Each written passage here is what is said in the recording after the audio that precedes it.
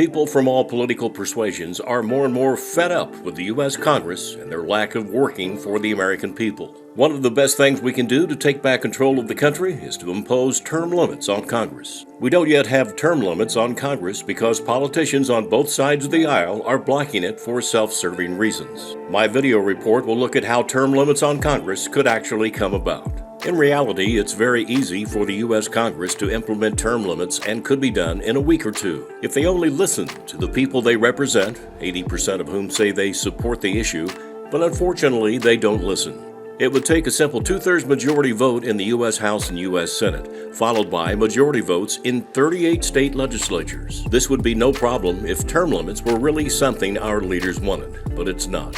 The truth being, there's nothing our leaders want in Congress less than term limits, because term limits are a threat to their power, perks, and privilege. Term limits would transfer power away from the entrenched establishment in both parties, back to the American people, who generally view Washington's elites with cynicism and disdain. Currently, members of the House of Representatives are elected for 2 years at a time, members of the Senate are elected for 6 years, and then they both can serve an unlimited number of terms. The longest-serving House member in history was Representative John Dingell of Michigan from 1955 to 2015, over 59 years. The longest-serving senator was Senator Robert Byrd from 1959 to 2010, over 51 years all total.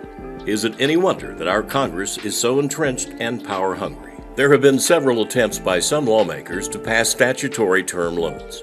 When the GOP tried to take over Congress in 1994, candidates pledged to pass term limits through their contract with America. There was a supposed piece of legislation that Congress fictionally talked about several years ago, named the Congressional Reform Act. It wanted to limit members of Congress to 12 years of service, either 2 6-year Senate terms or 6 2-year House terms.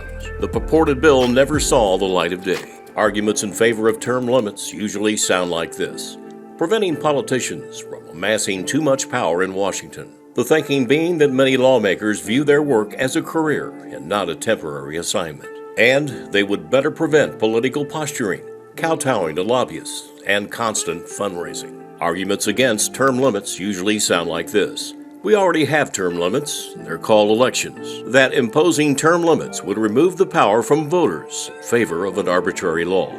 Also, we need good lawmakers who use their years of experience and judgment to work effectively for the public. So what can we do then to get Congress to pass realistic term limit laws? We must peacefully and dramatically ramp up the level of pressure on lawmakers, having passionate term limit supporters jamming the D.C. switchboard each day with pleas for support. Candidates from both parties should feel politically doomed if they don't jump on board the term limits train.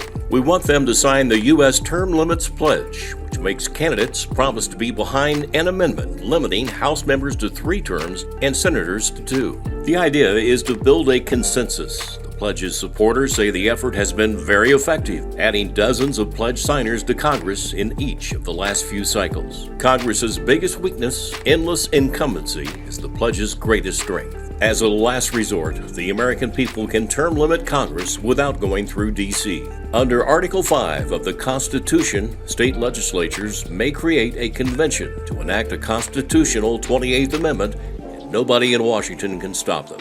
It takes getting 34 state legislatures to pass resolutions called for in a term limits convention. The legislatures in Florida, Alabama, Missouri, West Virginia, and other states have already passed the resolution. Most state legislatures are way better on the issue of term limits, but they're still not rock solid to do it.